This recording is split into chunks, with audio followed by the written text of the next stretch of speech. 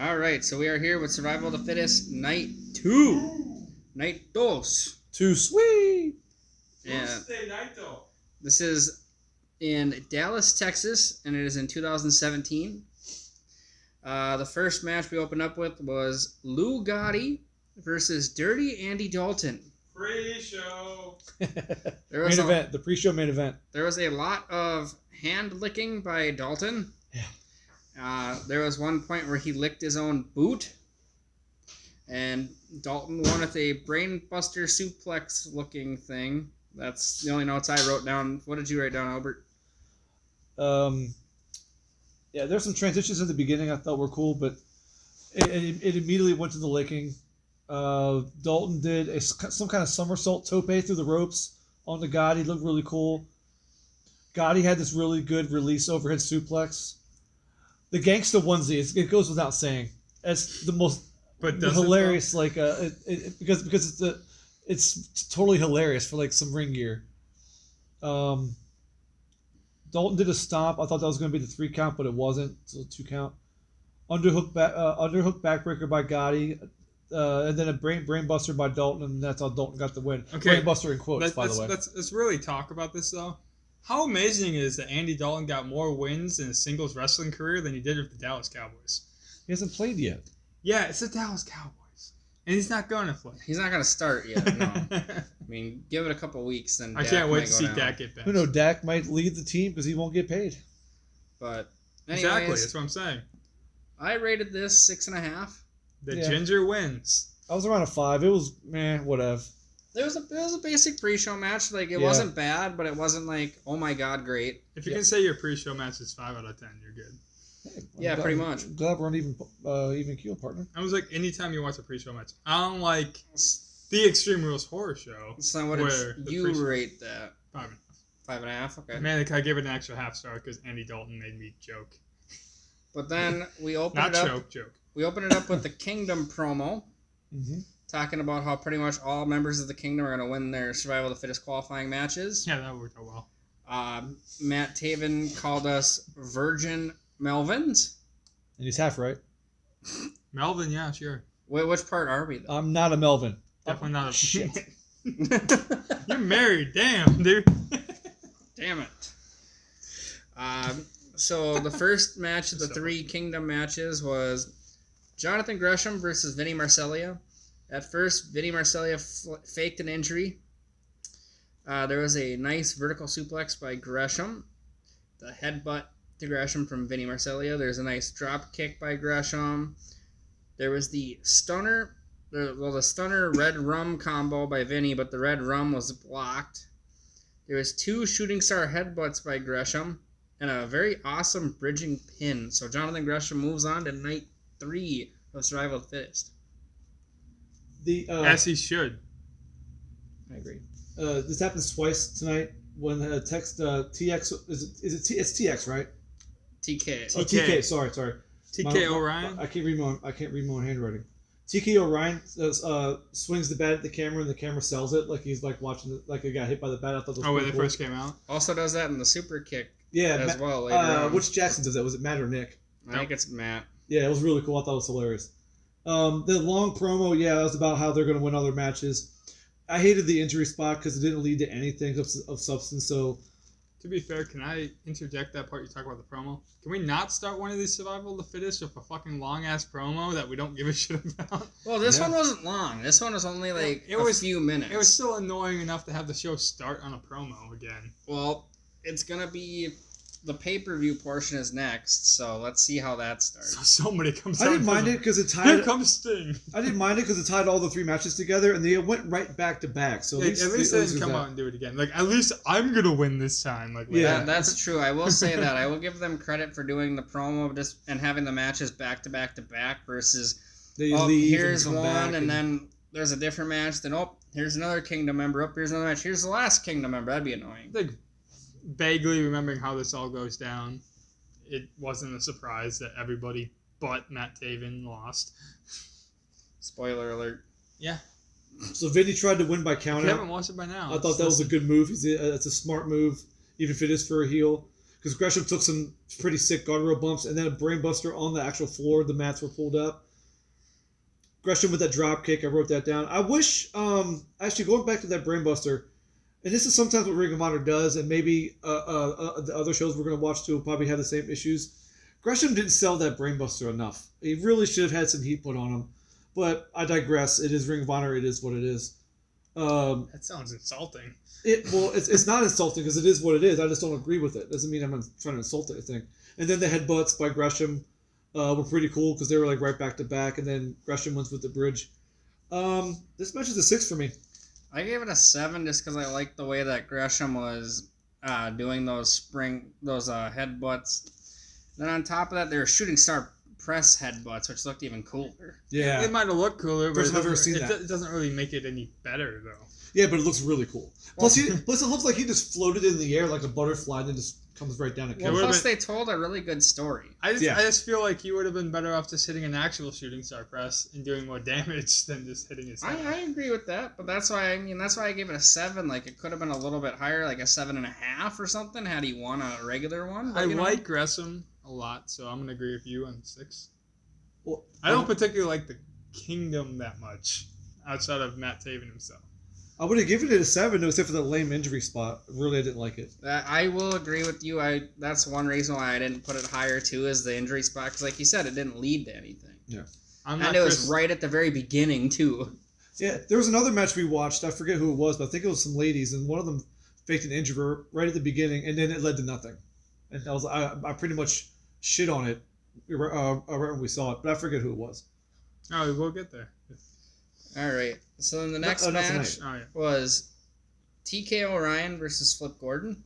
So this match again started like the last one, aside from the injury spot where they started fighting.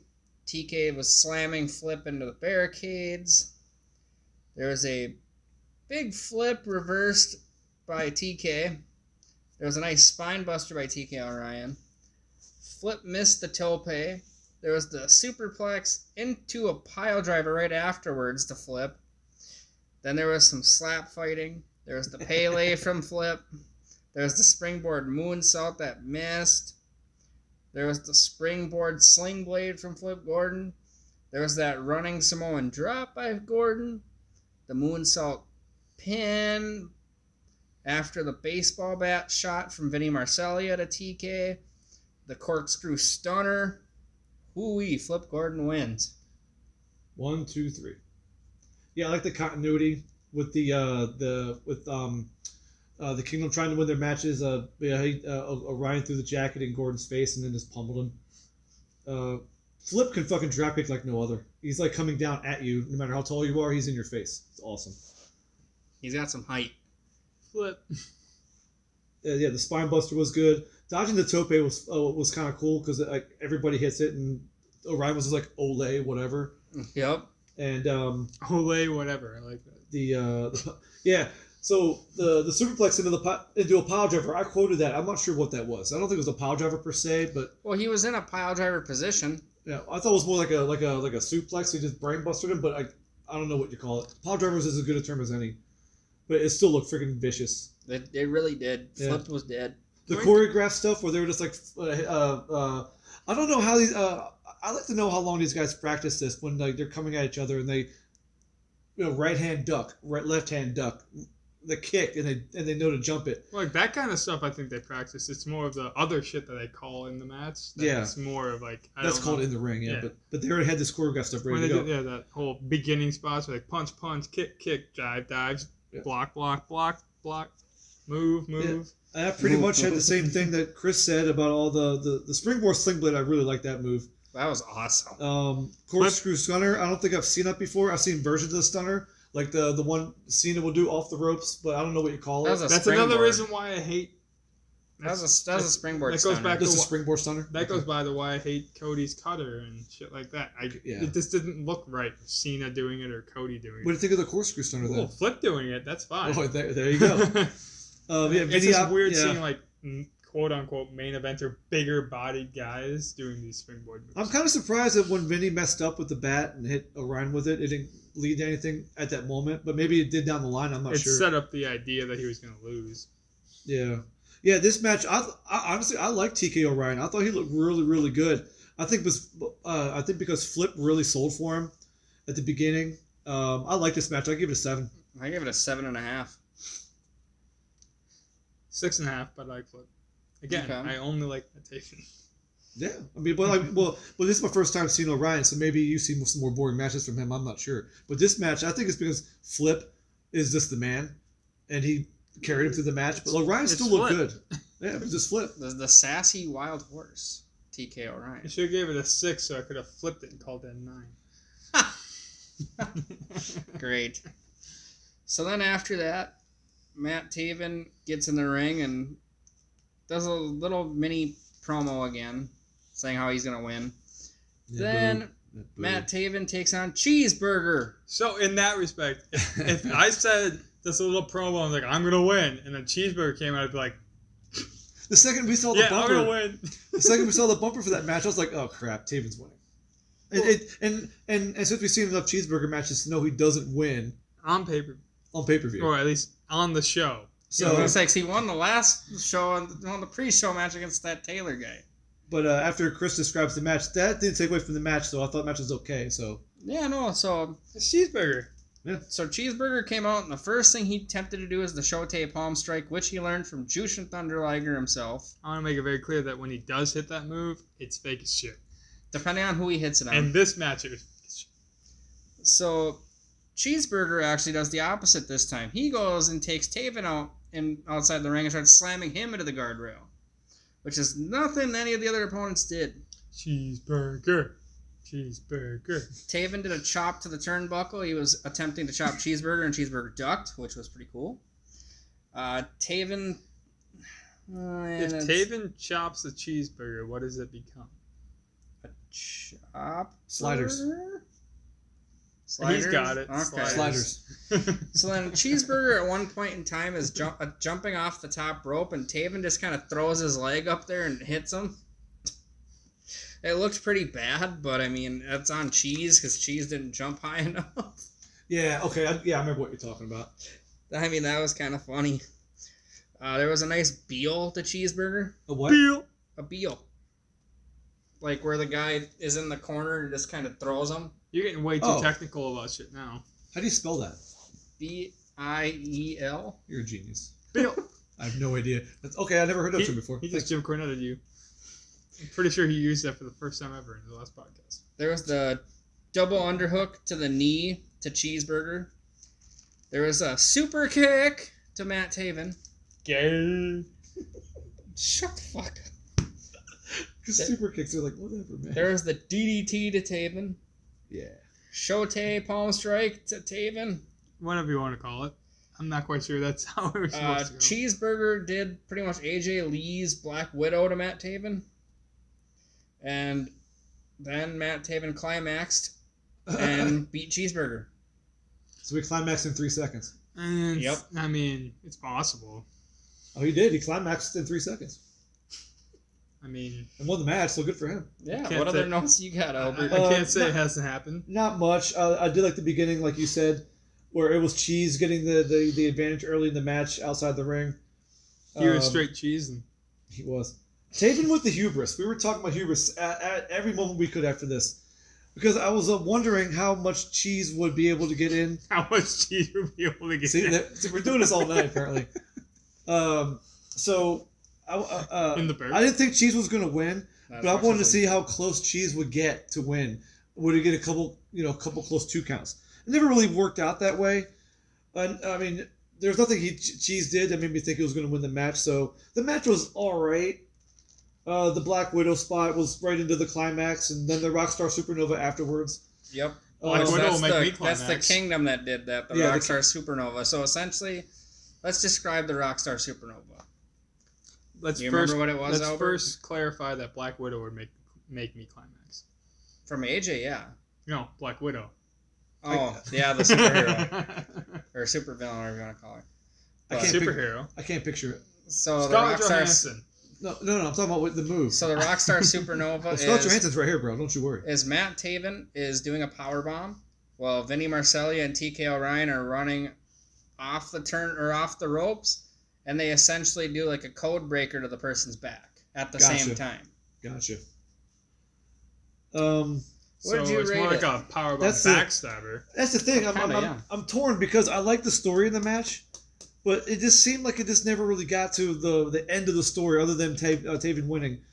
That was the story. Yeah, well, I know, but the story was Cheeseburger able to like get those close 2 counts and make it look like he was going to win. It never really got there for me, so I'm gonna give it a 5. I gave it a 6.5. Just because, like, if it would have went a little bit longer, it could have been a 7 or maybe even a 7.5, depending on what happened. But it was fine. What about you? I'll give it a 6, knowing that Cheeseburger lost because we know he's gonna lose. And like I said, I like Matt Taven. But first off, Cheeseburger is always over, no matter how many times he loses. Oh no shit! I like Matt. And Taven. second off, the fucking crowd. No matter how many times they see him lose, he gets those 2 counts, and the fans are just like, "Whoa, holy shit!" I really want to go back just so I can chant from the front row. Earn that paycheck. So earlier I was mentioning Cheeseburger. I was mentioning that maybe Cheese will win the world title one day. What are the chances you think that'll happen? I have no idea. I mean, right now, he's one of the head trainers at the ROH dojo. I think the last time he had a title match was against Cody, actually, like a couple weeks before this show. What was that palm strike you were talking about? The show tape, where he pretty much just goes like this and just goes. Audio podcast. He just goes like that. And just, Audio podcast. Okay, so he just takes his hand outstretched and just puts you. What, is it your face or your chest? Normally, he wants to hit you in the chest or throat. Let me explain like this for audio listeners. Hadouken. Yeah, pretty much. Oh, there you go. Hadouken! No, That's the Kamehameha. That's different. Hadouken is Street Fighter. I thought I was doing that. Kamehameha is Dragon Ball Z. That was random. I don't think I've watched. If I had a dime for every time I've watched Dragon Ball Z, I'd You have have zero. 0 dimes. I have the whole collection. Right Damn. there. Eddie, you want to borrow him? No, I'm all right. Yeah, the match was a 5. 3 of the seasons aren't even open yet. At least Matt Taven. Well, we knew Matt Taven was going to win, and I picked the other 2 Kingdom guys to not win their matches, so at least I got that right. Hadouken. So now we know that the Survival of the Fittest 6-man battle royal is going to be Jonathan Gresham, Flip Gordon, Matt Taven, Punishment Martinez, Shane Taylor, and Silas Young. Shot in the dark. Matt Taven wins. Definitely could be. Definitely. Well, could he's in be. the match, so he could. He said definitely though. I mean, all of He them does, could I'm be sure, a right? definitely could be. I'm sure he does, right? I actually don't know who wins. I'm just pretty sure from where they go. Taylor could win for all we fucking know. We'll find out, Cheeseburger. because I don't know. Yeah, someone that's not even in the match will win. Cody. Brock Lesnar. Oh man, that's even farther away from the truth. New Japan learned from that mistake though. It will never happen again. But alright. Then we had a street fight. Deonna Purrazzo But versus was it, Karen though? Q. Yeah, and we had Madison Rain on commentary. Actually, first we had the Kenny King merch spot. Oh, the same merch spot from the last time. Yeah, he was selling us Young Buck t-shirts that he threw, some shorts, I still a want that Beer City Bruiser Cruiser. koozie. They get enough of their money. I'm sorry. The Bucks get enough of our money. Just throws it over his shoulder. Yep. I mean, you guys are only where you're at because of us. Then, Sorry. Then street fight, Deonna Purrazzo versus Karen Q. But what was it though? They started brawling right away, which is cool. Mm-hmm. There was the head scissors takedown by Deonna. And it's a takeover. There was the apron senton to Karen Q. Q whacked Purrazzo in the head with a chair, or attempted to. There was a few chair shots by Karen Q. There was a side Russian leg sweep by Deonna. Deonna went into a propped chair into the corner. She had obviously her hands up, but hey, still attempted to. Karen Q just kind of taped Deonna Purrazzo's arm to the corner. Yeah. There was the power bomb to Karen Q. Crossbody off the apron to Deonna Purrazzo. Karen Q grabs a bag of powder or cocaine or whatever you want to call it and Heroin. accidentally throws it into Todd Sinclair's That would be a weird face. spot. You're gonna. I'm not going to count to 3. Accidentally throws it into Todd Sinclair's face. 2, 1. Then there's the cutter to Karen Q. There's a lot of cutters in the show. I'll say that. Can't pin him obviously, or can't pin her obviously because there's no ref. Pan him. There's the Samoan drop onto the wood chair to Karen Q. Wooden chair to the face of Q. Let's see. Deonna Purrazzo had the arm into the chair and slammed it. Then did the Fujiwara arm bar to Karen Q, and Karen Immediate Q tap. tapped out right away. Tipped out. Tipped out, tapped out. Tipped out. How much does he tip? First things first is they were both wearing jeans, so you couldn't tell if they had booty. I mean, they do. They Well, at do, least but we you couldn't know. see as much. They Purrazzo didn't do does. them justice, apparently. Damn it. Purrazzo What does. nights do you, or what notes do you have, Albert? Purrazzo did a nice cannonball at the beginning. Yeah, that was a weird chair shot. I don't know what they're trying to go for there, but I'm not sure if it was a botch or whatever. A lot of wrestling in a street fight, I must say. No streets. More wrestling. That's no true. Streets. There's no streets, so. There's never any streets in the street fights. No street signs, even. I'll tell you, Karen Q's got There's at some. least street signs, and that's Karen Q looks really good as a heel. I'm surprised she's not anywhere else. Do you guys know if she's anywhere else right now? I have no idea, but she'll probably be in the Deadly Draw. No, Deadly I Draw? don't think she will. I could see it. Like half of those, AEW's women's half tag of team half tournament. of those teams are already made that are playing tomorrow. Are they? How many teams are there going to be? Abaddon's got a teammate. I don't remember how many teams are there in total. 8. Diamante and Evilisa are a team tomorrow. Yeah. Abaddon's gonna have a teammate tomorrow. We'll have to see more Karen Q. That was what we'll have to do. I think Purrazzo came awful close to break. It looked like she almost broke her nose when she hit the floor. She went face first.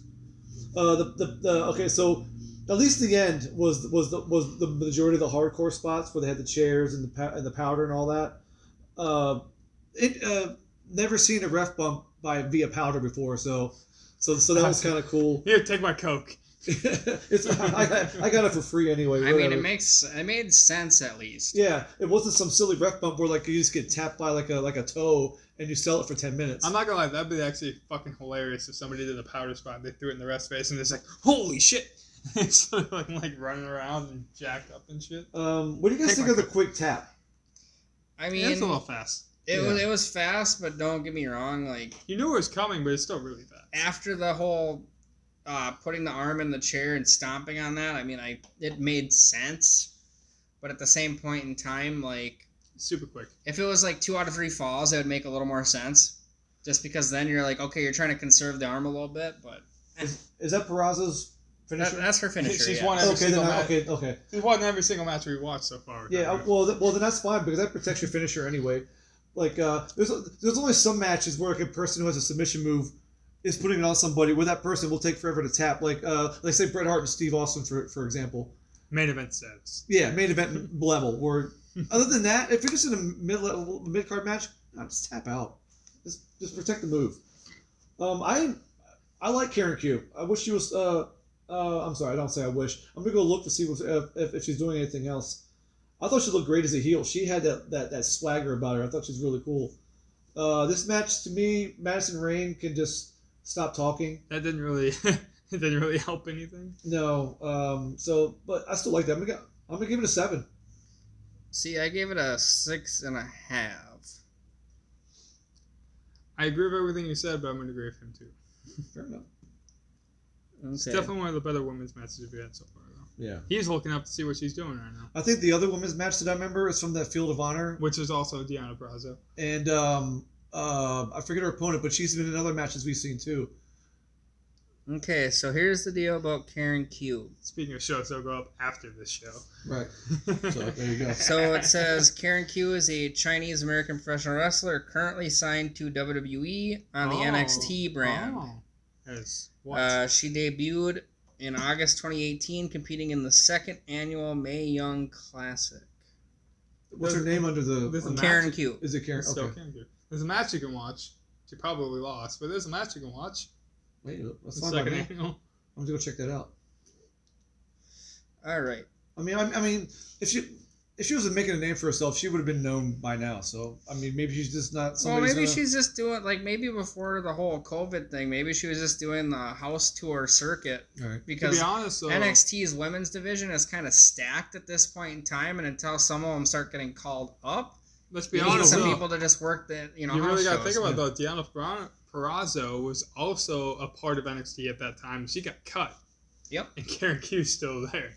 So What does that tell you? True. So Then we have the Fatal 4-Way match for the Ring of Honor Tag Team titles. The Motor City Machine Guns go against Ray Komita and Espine, Silas Young and Beer City Bruiser, and the Dogs.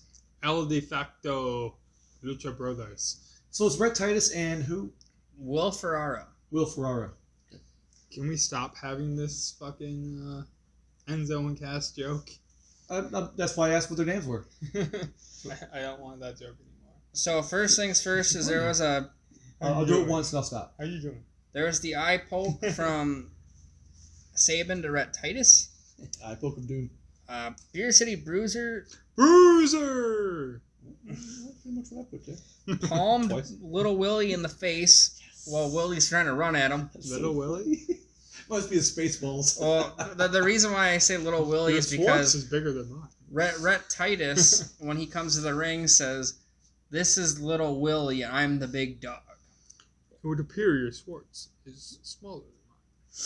So then, Will Ferrara tagged Silas Young. Love So this. Silas Young and Beer City Bruiser are the two legal men. And You're they're complaining the whole time. No, and I they're- wasn't complaining. I loved it. Hey, and why do you they're- just pin each other? Right. well, and they're walking to other corners. So Silas is walking to one corner, one team jumps down. Yeah, nobody tags in. Bruiser walks to a different corner, other team jumps down. Walk to the last corner, other team jumps down. Then I'm like, pin each other. Which then they did. And they did. I was like, yeah, I marked out to that. Then the other teams got involved. Obviously, because they're not dummies. They Yeah. almost were. Yeah? Yeah. God damn it, Albert. So Silas pins Bruiser. Then there's the wheelbarrow German to Espine from Beer City Bruiser. Bruiser. And Young. There was Dogs did the suplex to Espine. There's the corkscrew to Titus from Ray Komita. Bruiser did the cannonball spot to Titus.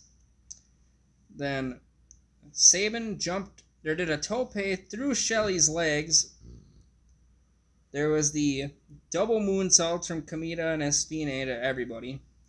Tornado DDT to Titus from Sabin to win the match. Albert, what are your notes on that? I got a lot of stuff in this match. First of all, Oh. what's up, Bruiser? Bruiser. Sabin and Espine had some transitions at the beginning. The eye poke of doom, I thought it was hilarious. Reminded me of Roddy Piper when he would just go boop, out of nowhere. Yeah, the Bruiser, Audio. the Bruiser with the Spaceballs facepalm on Ferrara, and then they pin each other's spot. That's my favorite spot of the match, just because I Favorite spot of the night. don't know about that, but it's probably up there. We'll see. Espine with a couple cartwheels. He just jumped from one turnbuckle to the other. I don't know if it happened. So Silas and Bruiser almost botched the pin. They were trying to come in and break a pin. I think they were almost late, but I could be wrong. That's what it seemed to me. Let's see. The Dogs. Okay, the Dogs do these cool little things where they do something to each other to set up a move they're doing on somebody. One was a ball shot that. Sorry, I almost said it. I almost said Cass. Where Titus looks like taps.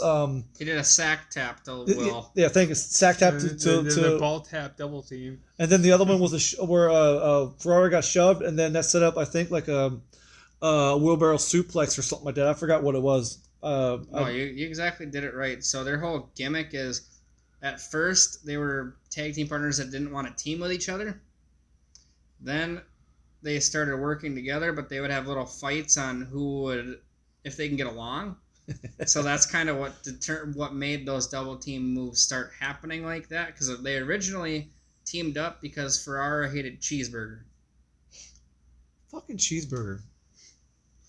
Goddamn heel. Vegan. Be a vegan burger. Be a heel. Impossible burger. Titus hit a real nice power slam on Sabin. It was like a snap power slam or something like that. The tope through Shelley's legs, right? Yeah. On the Bruiser was Yeah. was pretty cool. The Silas headstand. He gets on the turnbuckle, gets in the headstand, and Comitas comes over and just kicks him in the face. That was cool. And there's a midair drop kick by Komita on by Titus. He drop kicked Komita out of the air. Thought that was really cool. And then Sabin with the tornado DDT. That came out of nowhere too. I thought it was a small package at first, and then you had to tell me it was a tornado DDT. Maybe it was a small package. I don't know how big his package was, and It's don't not care. lethal, so it's okay. There'll be other conversations about packages later on. This match I thought was pretty damn good. I'm gonna give it a 7.5. I gave it a 7.5 as well. Yeah, this is a good effing card so far. Trips up. I'm gonna agree. All right. Wow. First time you ever agreed with both of us. Wow. Actually, this is the first time in all All these of us reviews said that we've the had the same review. Usually like one of us is like at least a point off from each other, Normally, and it's, then he'll agree with one of us. normally it's me because I give it a. See, I rate like a average match like a 5, and then I kind of go up based on their performances in the ring. Where you guys base it kind of starting at like a lower number, like It a all 4. depends on, like, there's certain people. I don't where know I'm where I like, this is started where on this this. match starts because I know who's in it. Usually a number just pops in my head. But anyways, There's no science to it. next thing we had is Josh the Goods Woods versus Squirrel Marty Squirrel. Squirrel. You said squirrel. For purpose comedy reasons. There was a joke we had ready for this one too. Squirrel. So Marty gets in the ready wrestling position. Get your gay porn out of here. South Park reference in case you didn't remember that. Sir, we found all the gay porn on your phone. You gotta leave. That's real wrestling. Get your gay porn out of here. That's real wrestling. She plays an episode I would never understand what the f- you're talking about. I just love the, You'll probably forget by the time this one goes up. No, I the just- South Park I episode. I know know, what you're talking I about. just love the end of that where it's just like, sir, that was the greatest wrestling we have ever seen. We'd like you to sign for WWE. Okay. Sure. It's like, I hate this shit, but all right. So You guys are decent wrestlers. after He was Marty talking. after Marty got him in the or was in the ready position, there was a few roll ups by Woods. They're ready for what position? I don't know what he was ready for. Then Woods gets down in the same stance, the ready position, The stance. and instead of trying a hold on him like Josh Woods did, Marty just kicks him in the head. Of course. Then there was the eat defeat by Woods. Yeah, baby. Then Woods did a nice vertical suplex that Marty actually reversed in the air, so he had him up, and they were like 15, 20, 25 seconds in, Yeah. and Marty fucking reversed it in the air. I was like, holy shit. That was cool as hell. Then Nice. they had the spinning gut-wrench suplexes, which Woods just kept... He did like 3 in a row, something like that. Let's see. After that, actually the gut wrenches. He did the rolling power bomb into the leg lock by Woods. So this dude did like 5 moves in a row. Then after that, there was the nice. Let's see. Marty broke Woods' fingers, quote unquote. Then Marty rolled up Woods and actually pulled down his pants to expose his underwear. Freaking cheetah print or something like that. So Marty Sexy won. tights. But at one point in time, Marty did roll up Woods and had his feet on the ropes, and the ref noticed it. Yep. I didn't get to yell chicken wings. You So, got the yell chicken. I got to wing. yell it, but I didn't really get to see He it. attempted it. And I don't get to see it. That's a half star down. What you got, Albert? Yeah, the Greco-Roman stuff was funny. This On your knees chant, that was is funny. wrestling. Which they started chanting that. Yep. And I like the fact that Squirrel was like, he's getting all hulked up while Woods was in his stance, and he's just going from rope to rope to trying to egg the crowd on. Then he kicks him in the head. Like that. Stance. Because of course, why would he not do that? That'll forever now be known as the stance. Woods goes off the ropes, and then Squirrel does the wing flap, Chicken wings. stopped him like you know how Dalton will do his little Yep. puff out his chest. It's pretty funny. This little character traits, it's like it has to show up. Oh, there earlier in the match, Woods was coming along with the ref while he had Skrull, and I forget what it might have been a figure 4. I'm not sure, but he's like, okay, yeah, No, 1, he just had him in that 2, leg lock. 3, yeah, and 4. Okay, right, no problem.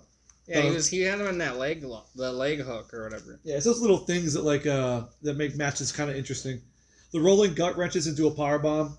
That shit's good, especially because then Yeah. he did the leg lock right after that too. Like he didn't stop; he did a chain, Yeah. 5 moves in a row. And one issue I have with it, it does not have to do with the gut wrenches themselves. Marty no-sold them. It went right into the ankle lock. I didn't like that at all. Come on. There's another spot that looks good, which means nothing because the guy taking them the bumps didn't sell it. at all. I can see where you're coming from for that. I'm definitely sorry. see where he's coming from. Sorry if I'm corneting it up a little bit, but that's just like. I already corneted it up by saying Beal. You did. What? I don't even know what the fuck that shit means. So. He literally used that word. The first time I heard that word was today. Listening to that podcast. I haven't even listened to it. That's the best part. I just remember the Beals from back in the day when Lesnar would do them. Michael Cole would call the Beal. What is it? Literally, like I said, Just throw him you on the got your corner. opponent and you just chuck them. It's like an Over the top rope? It's like No, it's like a toss. overhook toss. Okay, yeah, I see. So that was But it's a technical term. and Taven did that to Cheeseburger because Yeah. Cheeseburger can do that. He just gets tossed in the air like a fucking parabola. Parabola. Damn, we're getting real technical. Damn. Sorry, he just goes up and then he comes down. It's We got a fucking polygon parabola. in here somewhere. Sorry about the math class or the math lesson. Then Marty's like, I didn't have my feet on the ropes. Woods hit a huge spine buster. Was a nice 2 count. Didn't think it was going to win, but it still looked good. And then the roll up, the most dangerous move in all of wrestling. Skrull with the roll up. But then when you add the pulling down the fucking trunks, that's even worse. Sexy tights. 99.9% effective. So what did you rate it, Affection. Albert? Affection. This match was an 8. I dug it. Really good. You? 7.5. 7.5. Yeah. I just think like if they had sold a little bit more, I would have rated it a little bit higher. Which is funny because he I was would've too. he was the one complaining most about the selling. He gave it the highest rating. Crowd participation added to it though.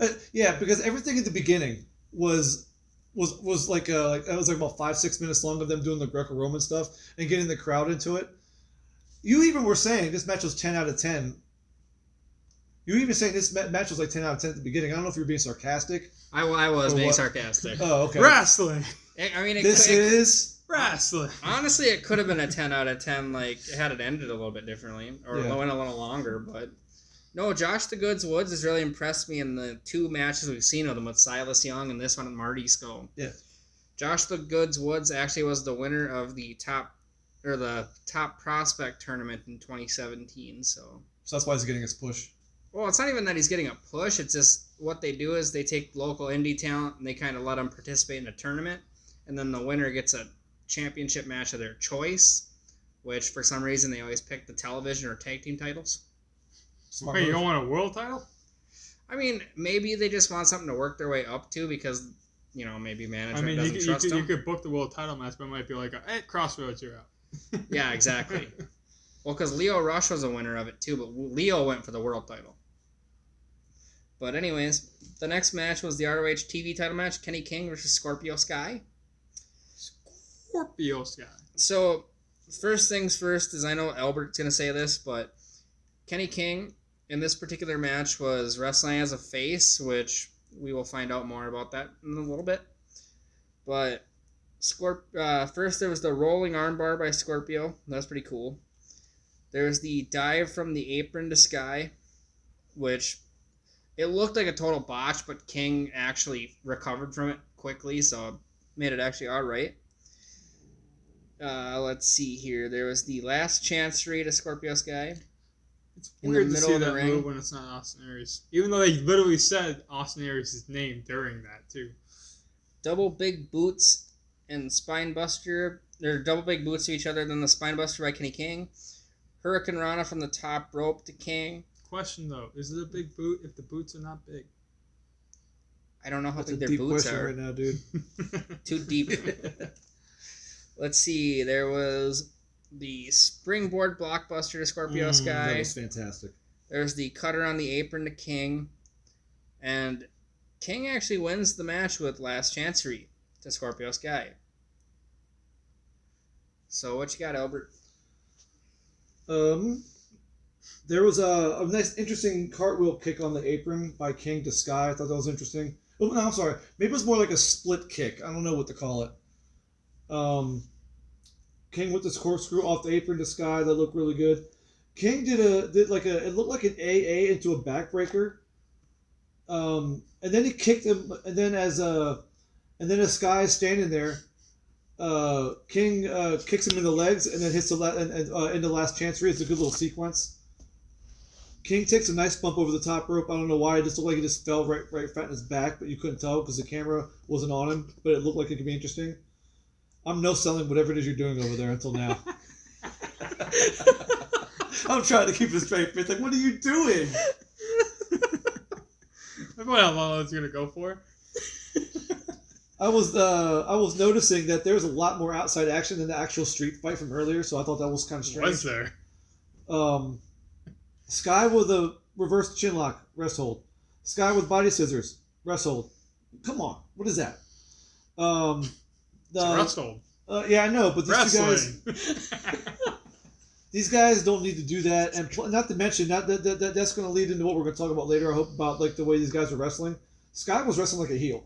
He was trying to wear down the guy, slow down the match. King was the guy doing all the big spots, all the high spots. And then everything pretty much Chris mentioned, I got it pretty much marked off as well. I dug the springboard blockbuster. The cutter on the apron looked pretty vicious. The cutter into the chinlock submission, and King wins with the last chancery. Then there's a little scuffle after the match because Kenny King decided to turn face at the end. It seemed like he called out Punishment Martinez, called out Silas Young, and called out Shane Taylor, which eventually we'll get to this show. I don't know how long it's going to be, but in Final Battle 2017, Kenny King takes on all three of them in a Fatal 4-Way elimination match at that pay-per-view for that title. Yeah. So they go out in a brawl, and what happens during this brawl, Albert? So Kenny King's in the ring saying, all you bitches can come out here, and I'll take you all on right now. So they come out, and I think Silas Young's the last guy to come out, and they suddenly start a brawl. And then Kenny King goes over and gives them all a tope and hits all of them, even though Shane Taylor was about 500 feet right over there. And then the security comes out. It really was like, okay. They could have done this somewhere else. I mean, you really think about it. And give time to another match. Like remember, I'm sorry to cut you off. The other match you said could have used more time. Like the Taven and Cheeseburger. They could have cut this whole segment out and did it somewhere else. Thankfully, see, the only thing I'll give it credit for is, first off, I mean, it builds to that pay-per-view match that the four have at the Final Battle pay-per-view. But I'll give it credit because it wasn't very long. Like, if this would have been like 10 minutes, I would have been like, what the fuck? Right. But since it was only like 2, 3... It wasn't very long, unlike the Kenny King Super Dickplex from the match before. Yeah, that took a little bit. But this was only like 2-3 minutes. Which one? This was like 2 or 3 minutes long, so I mean, I'll say fine. I'll give it a pass on that. It answered my question about the booking. So yeah, it wasn't a long ass promo at least. Yeah, he came out and said we had to say. It says, "Come on, bitches, I got you." Lost half a star for lack of Joey Ryan. But come on, Albert, what would you rate this particular match? 7. All right, you were the one who's nicer than me this time. I gave it a 6.5. I think I'm starting to get into more of what ROH is putting out. You're just an asshole. I'm gonna agree with the 7. My little picadillos about the match is notwithstanding. The match is still damn good. 6.5. Picadillos. I just didn't like the amount of rest holds being used on Sky's behalf. Wrestling. I mean, that's the only thing that downgraded it for me. Like, I wish it would have went a couple minutes longer, and it would have been a little bit more high flying from Sky too. I won't make any actual. I'll say 6.75. I'll meet the middle ground just because I actually kind of agree with you. Sky shouldn't be sitting in a rest hold for fucking 45 seconds. Yeah. Multiple times in one match. Anyways, unless it's like against Cody or something. Anyways, the next thing they do is they promote some Ring of Honor merch to us again, but it's pay-per-view DVDs and saying, "Hey, watch our events on the Honor Club." Okay, cool. So then Dalton Castle and Jay Lethal take on the Young Bucks. Weird team for Lethal and Castle. By the way, what's the story behind this match anyway? I don't know if I asked you earlier. So the story behind this particular match is, so Lethal is going against Marty at Final Battle. Castle's going against Cody, and they're in the Young Bucks are obviously in the Bullet Club, so they're trying to prove that they're going to take out the Bullet Club. And Jay is trying to prove that he doesn't have to use villainous ways anymore to beat the Bullet Club. Fair enough. So, first things first is, like Albert was saying earlier, the Jacksons come out, and Matt super kicks the camera. And the camera sells it. I think it's pretty cool. That is awesome when they do that. First things first is Debatable. they get in the ring, and Dalton kisses Lethal. What do you want? Then the crowd chants, "Lethal liked it." Yeah. Wrestling. They do a couple. This is Wrestling. what is it? Wrestling. All right. They do a Wrestling. they do a couple moves, and then Lethal kisses Dalton. Wrestling. Then Castle kisses Nick. Castle gives Nick. Borderline gay porn. This is the weirdest Dalton shit. Castle gives Nick raspberries on his stomach. Wrestling. And the fans are eating this shit up. Yeah. They're eating something. So then, yeah. Then it's more Yeah. then it's more bang for your buck to Jay Lethal. What is Bang that? for What is your that? fuck? More bang for your buck where they have one buck's got a guy's head between their legs and the other one gives them a drop kick. Oh, Wrestling. okay. I see that. Yeah. So then Castle does the hurricane run to the mat. You've seen one Young Buck match, you've seen them all. I know. Then Lethal does To a his point. 3 tope suicidas, one to Nick, All one looked to Matt, really one to weak. both. They all kind of looked really weak, though. Nick does a moonsault off the lighting rig. That was cool. I like Yeah. that. Then Matt completely dove off the stage to Lethal and Dalton. He missed. He He caught him, missed. but barely. He missed. Most of it, yes. He slid off their backs. There was like a slide by the time he missed it. He landed, it's like, slip. Then there was a super kick to Jay. There was the do-si-do You called that, and then right after you stopped saying it, Cole Cabana went, "Do-si-do." double figure Did he really? four to the Bucks. Then the Bucks turned it around. There was the apron DDT to Castle from Matt. There was the double splash moonsault. So I believe Matt is the one who did the moonsault to Dalton's knees. And I Nick called does the that splash. shit. I'm like, what the fuck was that? It was more to his ankles, because he actually brought his legs up, so he landed like on his ankles. It's weird. Then there was the sharpshooter to Dalton. Then the X Factor to Dalton as well. Called the suck it. Lethal injection to Matt. And then the bangerang to Matt. So Jay Lethal and Dalton Castle look strong. They win. I was actually pleasantly surprised by the finish to this match. I didn't think the Bucks were going to lose. But with the way Dalton and Lethal were moving on to other opponents, that's why they had to prove they could beat the Bucks. I just really didn't think the Oh, Bucks were going to lose. I'm sorry, they had to put themselves in position of the people to think they can beat Cody and who was Marty. Marty Or by beating Kenny, the for Bucks. that matter. I get it. This time Kenny was still there, so Kenny counts too. The Bucks shake their own hands. Thought that was kind of funny. They did. But Good match. and then there was like the one-ups with like all the sexual hubris.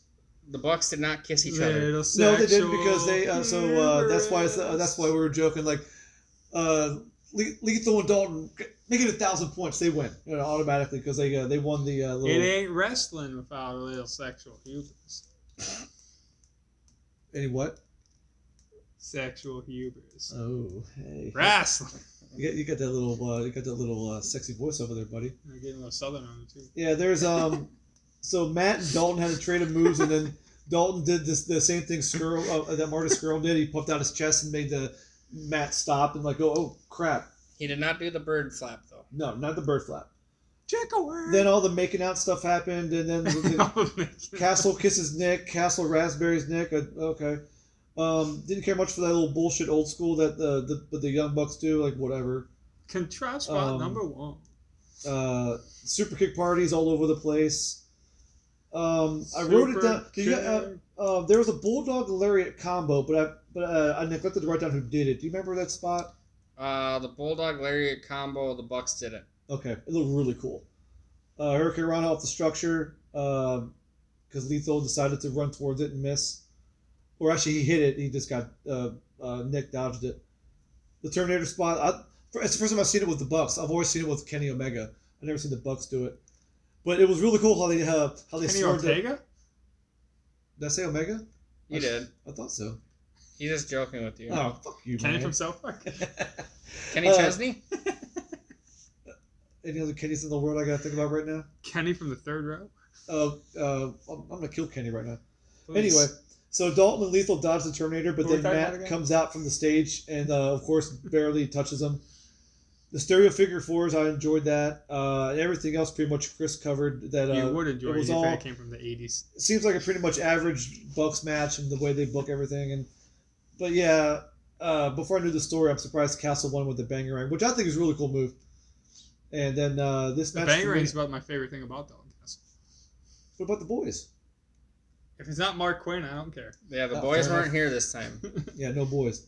I give it a 6.5. All right. I gave it a 7. I'm with him.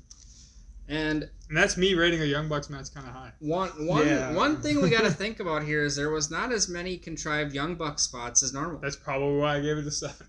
They did a more There scientific wasn't type of match. there wasn't a Jackson holding the opponent so the other Jackson can take a ridiculous Canadian destroyer from Marco Stunt.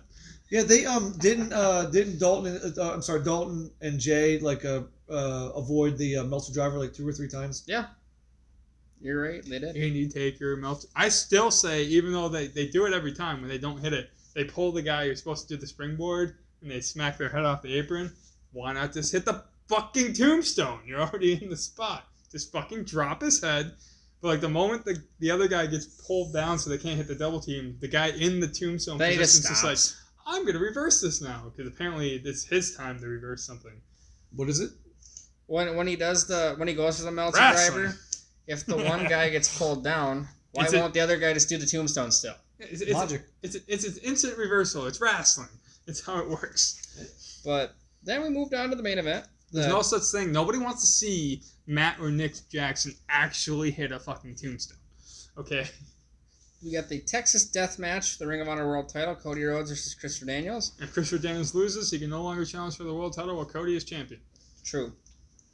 Cody does a lot of that stuff. He did it on himself. He did it himself, and he's still dealing with it. But so first things first is I wrote that Daniels hit Cody with a chair and Cody fell out of the ring.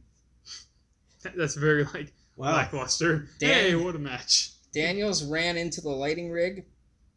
Okay. There was a slam to Cody on the stage. And for some reason, when Cody was on offense on the stage, the lights were red. It's like the And Fiend, when dude. Daniels was on offense, they turned just regular color, like white. If there's things to take from WWE, it's not lighting. Daniels took Bobby Cruz's belt, the ring announcer, and started whooping Cody with it. Whipping. Whipping? Whip it real good. What are you doing? What way? Then Whipping. Daniels started... Say cool. Cool. Say whip. Whip. There you go. That's not even the thing I was quoting either. I was Then- quoting the originality of that joke. Then Daniels Hot rubbed rod. his blood onto Cody and got on the mic and said pretty much, What? I made this company out of my blood, said Bullet Club is dead, And then immediately got fucked. and then Cody grabs the microphone from him and punches him and says, F, T, R, R. Get it? Get it? Then he's done. Then Daniels goes outside and he eventually gets this guardrail kind of set up. So he's got 2 guardrails on top of each other, or on the side, and then he's got one on top of it. So then he puts his he ends up hitting Cody's gut onto the guardrail first. There's the springboard drop kick to Daniels, who is sitting on a chair. There's the Cody springboarded into a chair. Cody does the flatliner on a chair to Daniels. Low blow to Daniels. There's the You forgot that Daniels actually hit the first low blow. true. There's the BME to Cody. Disaster kick. Best moonsault ever. There's a disaster kick to Christopher Daniels, who then fell into the setup barricade. Okay, so this was weird because that spot was cool, but the move that set it up was fucking weird. Because he's on the top rope and Cody jumps up Balancing there. himself. Yeah, well, Cody jumps up there when they're actually on the top rope, and he tries to throw him off, and Daniels falls to the side and lands on the top rope in some weird awkward shit. I almost thought it was fucked up. It looked like he had his bottom 2 feet on the bottom rope, or sorry. I Bottom just 2 think feet. How many feet does he have? His feet were on the bottom rope, And like he used his hips against the top rope to bounce himself, and I then just thought Cody came up and disaster kicked him. Just the way he got there was weird, though. The fall from the top rope seemed like it was too contrived for him to land that way. Yeah. And then they hit the disaster kick and the fall, and all that was fine. But I thought the way he got there was kind of contrived and weird. True. Hey, finally started raining. Then Christopher Daniels grabs a table, and it's not like a regular table that looks gimmicked, but he grabs it, then grabs a lighter and some lighter fluid, sets it on fire, and gets powerbombed through a flaming table. Cody pins him, and then the 10 last man standing count, so the Texas Deathmatch portion of it happens. But here's the thing. I don't think there was a pinfall attempted until then. That was the only time. Well, there's a few attempts. That was the only one that actually went to 3. Like I brought up earlier, on the fucking small package roll-up that Daniels did like halfway through the match, I'm like, Cody, just take the pinfall. Yeah. You don't lose. You can just... No, because then you can just get up before 10. You get up at 9, you're like, 12 seconds, chill out. It's like, like, if you're gonna, like, wrestling, it's gonna happen that way. But, like, if you're thinking logically in a realistic sense, you're like, fuck you, dude. You want to pin me? Fine. 1, 2, 3. I'm gonna lay here for a few seconds. Alright, so... Make it as boring as possible. I don't know why... sometimes crowds are weird, right? So they'll, like, flip out and cheer the most weirdest things. And you know that no matter what these wrestlers say, they're not like insulting you because they think you're this, what they, you know, whatever it is that they call you. So Daniels does this to the crowd. I'm sorry, he pretty much just flips off the crowd, and like 8 people just get right up and flip him right off. I thought it was the weirdest pop I've ever seen. Well, and then another thing he does too is he actually does the whole sticking up his middle finger, but it's hidden behind his hand. And the reason why that happens is because in Ring of Honor, I don't know if they actually do or not, but the commentators always say that they fine someone for cursing. Well, I was gonna disagree. Well, I guess Kenny King's get some fines. I was gonna disagree with what you just said, though. The problem that I have with you saying he blocks it, he didn't, though. He put the hand there, but you can clearly see. Well, yeah, no, you can see it on the camera, but no, man, like, he doesn't block it like this. He blocks it like this. Okay, well, yeah, because he wants you to see the finger. Now, is that the same as when you take your But that's not blocking anything. Everybody knows. Is that the same as when you flip somebody off by putting your arm up? Oh, like the whole. Yeah, like you're shove off it? yours. Is Like that considered the same thing? Because he did that on the camera. It doesn't matter. Whoa, Rock.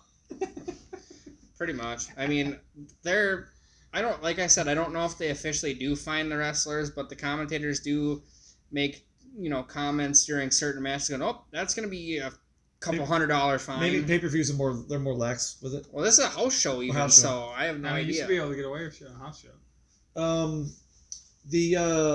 The Daniels getting cut open, I thought was a cool spot. You could see it coming, but still was good. I mean, somebody had to have juice. I thought there'd be more juice on both guys, but...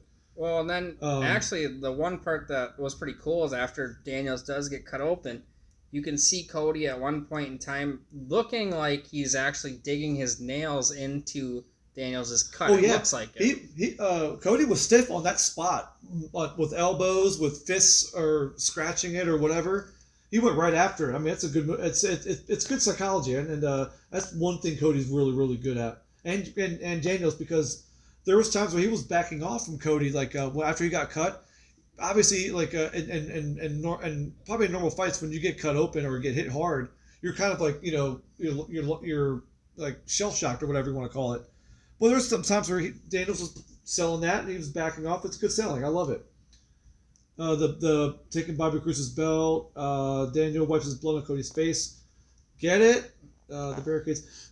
Cody has a great snap power slam. I dig it. He gets it from Dustin. I don't know who does it first, but I'm sure Dustin did. Obviously, Dustin does it first. He's older. I would say Dustin, Cody. Fair enough. You're right. Out of everybody I see do it, it's Dustin, Cody, and Orton do the best power. Yeah, absolutely. Disaster kick, and that's followed up where Cody gets the belt and then whips Daniels, and Daniels sells it like a boss. Before he had his power belt, his weightlifting belt that he could whip people with. Yep.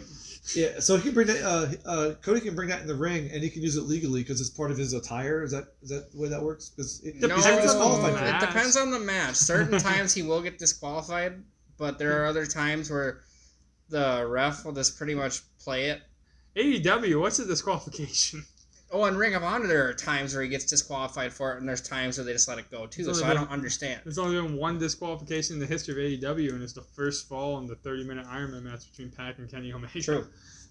Daniels takes a freaking wicked clothesline over the top rope, and that springboard thing where Cody was in a chair, wasted spot, no sold. Because he drop kicked him too. Stop doing that. You drop kicked a guy sitting in a chair. How is that any worse than drop kicking somebody normally? And it's not. And then he no sells it. It's I'm sorry, that's ridiculous. I would no sell it if it's. But then why do it? No, that's not. And it was right here where I kept watching these guys try to not pin each other, but like just getting hit with moves. And you mentioned the take the pin, do it, come on. Just fucking take the pin. Daniels through the barricade, and when Daniels was doing when he was trying to light the table on fire, and he couldn't get the little fire stick. It took him a minute to get the lighter going. I went right to Hogan and Warrior back in '98 when Hogan fucked up the little chemical, the flash paper, and all that. And you started throwing real fireballs at. Well, no, I wouldn't even call it a fireball. It was like a little poof, and it disappeared. And Warrior was like, "Oh, still sold it." Well, at least for Daniels though, it worked. Like it took him a minute to get the fire started. And Cody's doing he's just still like, okay. The only thing that pissed me off about that was once he got the table set and he went up there to like do his move. That flame was high. I think, yeah. But like, the thing that pissed me off was Cody was like instantly like, "All right, I'm ready to powerbomb you." Yeah, there's times where sometimes you can't help that. I'll see it when people are going for a pin, and you can see some guys' arms do this. Well, you can see like when you watch a pinfall like really happen. You can see them move like, all right, 1, 2, shift. Yeah, you'll see them get set up to kick out, or like you said with the powerbomb, or whatever the move is. It's one of those things where I try not to worry about it too much because that's the next spot and you have to get ready. But sometimes you got to be able to figure out how to do it faster. But sometimes maybe you can't. I mean, I'm not in the ring, so I'm not going to judge them. But it was a really cool spot.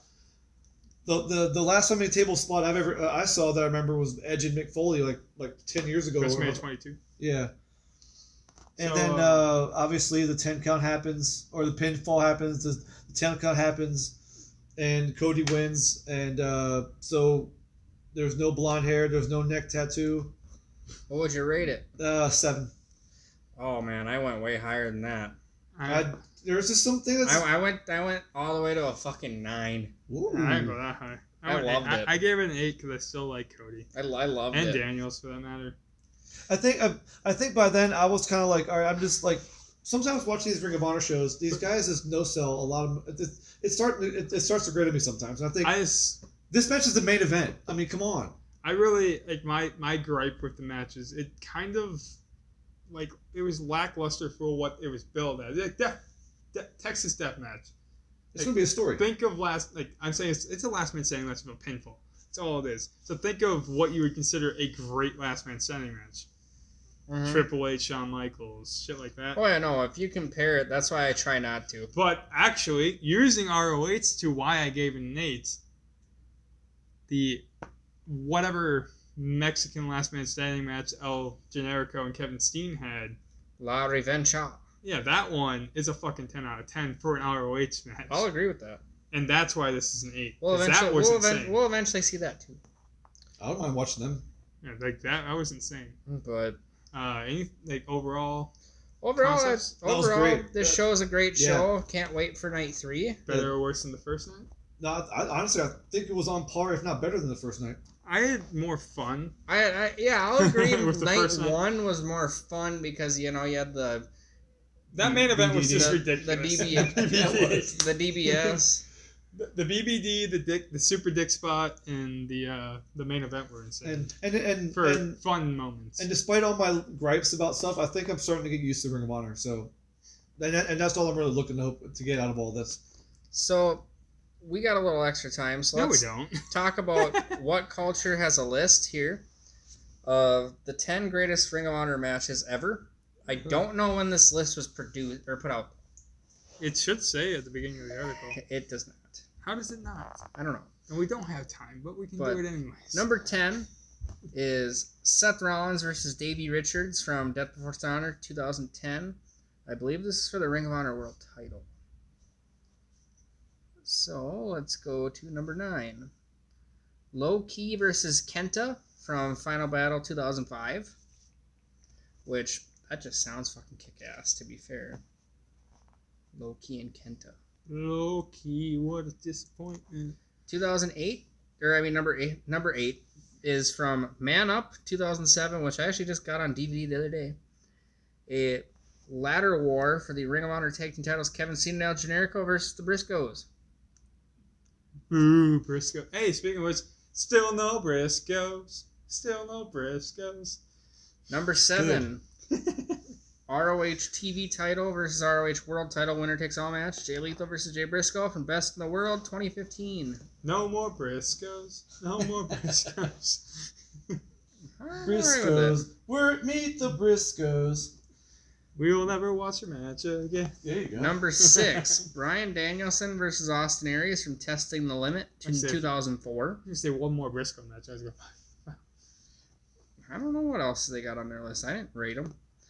So, number 5 is from Unified 2006. It's Ring of Honor Pure title versus Ring of Honor World title. Winner takes all match. Nigel McGuinness versus Bryan Danielson. Desmond Wolf. Oh.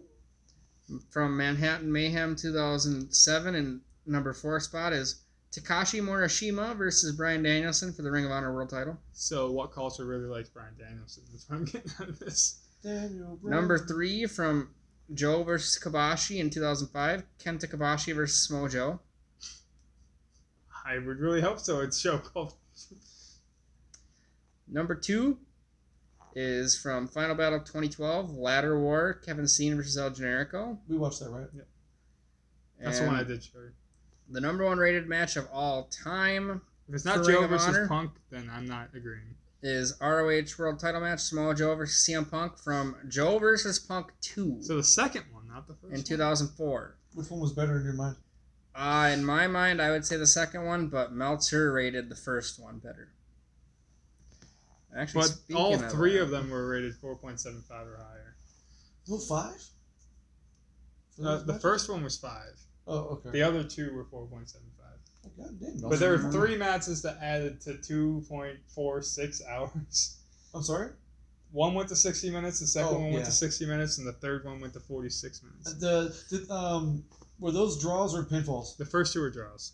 And then the pinfall happened at the end. Yeah, and the third one. So they went 2 hours and 46 minutes before somebody beat somebody. That's amazing. Like I've watched one 60-minute Iron Man match, and that was obviously Michaels and Hart. You I remember. didn't watch Brock and Angle? Because that was really good too. That was only I know, but it was only half an hour. No, it's not. Oh, okay. Sorry about that. Yeah, I guess you're right. Yeah, I did watch that match. Oh yeah, and then Rock and Triple H. So yeah, but like. Oh, good. So you didn't suffer through the Orton Cena one. No, I didn't watch that one. That's rest hold. I'm gonna have to watch those to see which one I like better, because like it's very hard to go a 60-minute match and have it be a draw. Damn, I actually can't find Meltzer ratings for the Survival of the Fittest That's shows. perfectly fine. We got anything left to talk about this show? Any final thoughts that you have? Final thoughts is, I mean, if you're gonna go out and watch a combination of shows, so far watch these 3. Like these 2 so far have lived up. I mean, there's not a bad one of the 2. Nope. The first one, I mean, obviously you have the Joey Ryan stuff was great. The Kingdom stuff was great. Or I should say, I'm sorry, the Alex Shelley thing was great. The main event speaks for itself. This show, I think, like with me getting more used to Ring of Honor and not trying to be too nitpicky, but I got to speak my mind about stuff. I enjoyed every one of these matches, for what they were. You probably enjoyed them more than I did. And actually, just so we know this, so today, Kamala passed away. So 2 weeks from now, when this goes up, Kamala passed away 2 weeks ago. R.I.P. Kamala. You heathen. What are you doing? Get off my desk, you heathen. That's just according to what I saw on Twitter. That's the first thing that popped up in my timeline, that Kamala passed away at 70. That's another WrestleMania 17 participant. Following up, so since we do have an order to this, up after this is Albert's SummerSlam pick. Well, not really. It's his pick for Albert. 2005. SummerSlam 05. I'm hoping I get my memory jogged as to like how I felt and what was going on. Albert was legitimately at this show, so We he's did- got we a did- personal connection We did to it. 99 because it was the first show I remember watching, and we're doing 05 because he was personally there. Yep. And then whatever you choose, we'll get to that in a couple weeks. Yes, we will. So, everyone, we are out. See ya. Peace.